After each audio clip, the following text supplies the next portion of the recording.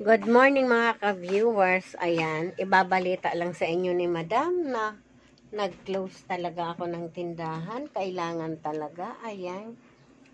Dahil nga sa, alam nyo na, naglaba ako kahapon. So, ang dami kong nilaba. So, kailangan ko rin siyang tupiin ngayon. Kasi nga, masusunog na siya. Mama, pakita mo yung ginawa ko. Sige. Ayan daw yung ginawa niya. Yeah. Kaya ayan, napagdesisyon na namin ni Mia na magsara muna at magtutupi kami ng mga gamit. Alam nyo naman kasi mga ka-viewers, nag-iisa lang si Madam na magtatrabaho. Ay, sara mo eh! Lock mo yung pinto. Ayan, kaya need talaga magsara. Ang oras ay 9:30. Ayan. So, patayin mo ang electric fan. So, kailangan muna namin umakyat kahit mga 1 oras lang. Depende sa matapos namin. Pwede naman i-installment yung tupiin ko. Yun, pwedeng kalahati ngayon. Kalahati bukas kasi sobrang dami talaga mga ka-viewers. Halika na. Patayin mo muna yung ilaw para tipid tayo sa kuryente kasi wala na nga tayong income. Dahil nga kailangan natin magsara ng tindahan. Diba? Maakyat na muna tayo. Ka pa rin? Yes! Mag-iingay ako. Wag. Ayan mga ka-viewers. Siyempre sinara muna natin. Sarado muna talaga pati tindahan. Ayan. Ayan. Bye-bye. Need talaga nating manupi. Kasi nga wala namang ibang gagawa, kundi ayan, si Madam lang talaga. Hindi ako magsasara. Tapos yung aking anak na work from home na siya yung pinapabantay ko. Sa office siya ngayon, kaya ayan, wala talaga akong kasama. So, ayan, kung makikita nyo naman yung aking nilaba. Ayan. Ayan, si Mia ang katulong ko, tuturuan ko para siya ng manungkit ka na lab. Tingnan nyo naman mga ka-viewers kung gaano karami yung aking nilaba. 2 beses yan. Noong nakaraang araw, ako, puro automatic lang. Ayan, puro automatic lang yung nilaba. Tapos kahapon nagmanual ako kasi nga, yung mga, syempre, alam niyo mga ka-viewers, yung mga bra-bra namin, yung mga underwear, kailangan din i-manual. So, kaya ayun, 2 beses ako naglabas. So, ngayon pa lang ako manunupi. Ayun mga ka-viewers, dami. Ito, panty ko. Sige, ako na. Hawakan mo na ito. Ako na mag-ano. Ikaw nang mag-camera. Magpadaanan mo ng konti. Ano magpakita? Ang gulo mo din. Unahin ko muna itong nakaraang araw pa. Iwan ko yung kahapon lang para in case man na kulangin ako sa oras. Kasi kailangan 1 oras lang akong sarado mga ka-viewers. So kung kulangin man ako sa oras,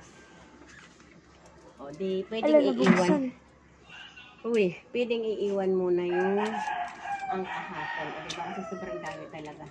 Alam nyo kasi mga ka-viewers. Akin na nga yun. Alam niyo mga ka-viewers, noong 26 ang huling laba. Diba? Dito tayo manunupi sa kwarto ni Mia. Kwarto ni Mia ang gulo. Okay, sa kwarto ko. Ang kwarto ni Mia na ang gulo. Ayan, dito tayo manunupi. Ayan. Unan ko lasing. Yung kwarto ni Mia. So, buksan muna natin ang electric fan. So, mag-sit up tayo na. Nag-backflip ako, joke lang. Siyempre, ito yung kabayo ng pechay. Dito ako nagtutupi. Pechay. Pechay mo, pechay. Ayan. So, hanggang dito na lang yung vlog natin sa tupi. Kita-kita tayo mamaya sa tindahan. Bye-bye. Kasi kailangan mabilisan na itong panunupi ko para alam nyo na makababa agad at makapagbukas naman ng tindahan. Kasi bawal. nagkasasagot kayo nagsasalita ako. Kasi nga, alam nyo na mga ka-viewers, pag ganitong sarado ang tindahan, di rin ako mapakal. Parang di rin ako mapalagay. Parang gusto kong pagsabayin yung tindahan at panunupi. Kaso, nasa taas yung panunupi, nasa baba yung tindahan. Kaya yan mga ka-viewers. Hanggang dyan na lang kayo, mamadaliin ko na to para makababa at makabukas ulit. Bye-bye! Mga ka-viewers, tinutulungan na ako ni Mia. Siya yung nanunungkit. Tapos dinadala niya dito sa kwarto. Tapos para ako tupi lang ng tupi. O, kailangan turuan na. Kailangan turuan na si Mia para may puro katulong na ako. May katulong na si Mama. Huwag mo naman ganyan. Yan. Siya nagliligpit ng mga underwear. Ito po. O, diba? Hi, mabuti na lang talaga at may katulong na ako manupi. Malaki na talaga ang miyapot ko. Katulong na sa panunupi. Nandito na tayo sa tindahan. Ayan. Upo-upo muna ang person. Akit-akit muna ang paa.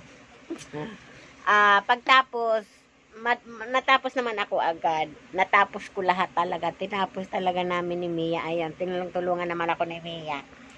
Kaya ayun, sabi ko para wala na akong balikan. Bukas kung iba naman ang gagawin. Siyempre, singit-singit naman yung paglilinis ng CR. Ano ba yan? Ano ba talaga, madam? Tindera ka ba talaga o katulong? Package, di ba? Isang katulong at tindera. Kailangan talaga package kasi wala namang aasahan. Ayun na nga, pagbaba ko, buti na lang si Mia at ayan, wala pang ang pasok na utusan ko na. Dali, buksan mo na yung tindahan habang binababa ko pa yung ibang mga tinupi ko. Tapos, ayan, nagluto din ako ng ulam. Nagprito lang ako ng bangus. Meron akong ilang hiwa dyan. Tapos, may tira pa kami kagabi na giniling. Ayun, yun ang ulam namin. Ako prito, si Mia, yung giniling na natira. So, kumain na kami mga ka-viewers. Okay na to. Tapos na akong kumain. Ayun, nagpapahinga-hinga lang ng konti. Tapos, ayan, nag-aabang ng bibili. Tapos, mamaya ulit, yun, mga 1. Ano pa lang kasi mga ka-viewers, 1:30. Ay, 12:30 pa lang ang oras. So, mga 1, sara ulit kasi para naman sa ligo. Ayan, tapos, pakaligo at saka na lang ulit siguro ako manghugas para at least mapagod man ako ay nakaligo na. O, diba? Marami pa rin hugasan sa kusina. Ayan, napakaraming trabaho ni Madam talaga. Trabahong bahay, trabahong tindahan. Ayan, package. Eh, kami lang naman ni Mia, siyempre. Wala naman ibang gagawa, kundi ako lang. Ayun, kasi nga, umuwi na yung ate ko. Eh, balik naman nun Pasko ulit. Kasi, bakit? Sige. Hindi rin pwedeng laging nandito siya kasi, siyempre, medyo mahirap din magpasahod. Medyo mahal din. Mahirap din pasahod ka pa. Kaya, ayan, sara-sara lang ng konti, tapos ligpit, o at least tipid, o diba? Ganon lang. Ayan na nga, tsaka hindi rin talaga punta ng punta dito yun kasi nga ang layo niya sa Bulacan kasi yung nakatira. Tapos alam niyo mga ka-viewers, kanina pa talaga, iba talaga yung pakiramdam ko. Masama talaga yung tiyan ko. Kaya parang matamlay nga ako. Kasi nga, masakit ang tiyan ko. Ilang kombe? 2?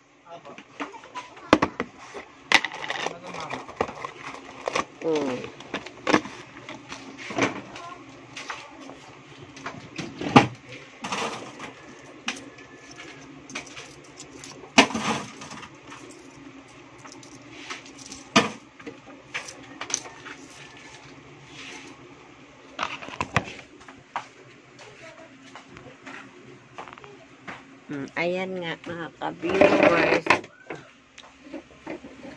O, diba, nakapanupi na ako, tapos nakapagbenta-benta na ulit. O, diba? Ganun lang talaga ang buhay. Sa umaga kasi, mga ganyang oras, 9:30, hindi siya masyado din talagang matao. Kaya, more talaga sa gabi, tsaka sa morning. Ayan. Kaya, yun, pinipili ko din yung oras na hindi mabili. Saka din ako magsasarap. Pero hindi talaga maganda pakiramdam ko mga ka-viewers. Matamlay talaga ako kasi nga parang sama talaga ng tiyan ko. Kakakain siguro ng tira-tira ng New Year. Ayan. Sa sobrang tipid, sa sobrang wag masayang, wag masayang. Siyempre, lahat yun nilagay ko sa tiyan ko kung ano yung mga tira-tira para hindi lang masayang. O, ayan. Hindi masama ang tiyan ko ngayon. Ayun na nga mga ka-viewers. Bye-bye. Hanggang dito na lang yung vlog ko. Bye-bye. Happy lang ang life. Dahil dyan, nakaligo na nga si Madam. O, 1:45 pa lang, nakaligo na ako. Saglit lang ako nagsara, mga 30 minutes lang. O, diba? O, ayan, hanggang gabi na ang pagbabantay ni Madam sa kanyang tindahan. Yung mga hugasin naman ay pwede ko na yung takbo-takbuhin. Oo, yun lang talaga yung panunupit, saka paglalabay, yung mga gawain sa taas, yun talaga ang kailangan ko magsara. Pero pag dito na, sa baba, takbo na lang. Pag may bumili, takbo ulit sa tindahan. Pag wala, takbo ulit sa kusina. Yon. Kaya, ayan, nakaligo na rin lang naman ako. Mamaya na yung mga hugas-hugasin. So, pahinga muna. Mamaya, ayan, pag medyo sinipag-sipag na ako, tatakbo na ulit ako doon sa kusina. Tapos manghuhugas naman ako. Tapos maglilinis naman ako ng mga sahig. Magwawalis. Pero at least bukas na si tindahan natin. Ayan. O diba? Ang sara nito ay mamaya ng 10 ng gabi. O diba? At saglit lang tayo nagsara. Kanina, 1 oras siguro mahigit. Tapos ngayon 30 minutes lang. Diba? Kunti lang yung sara naman. O diba? Bye-bye. Happy lang ang life.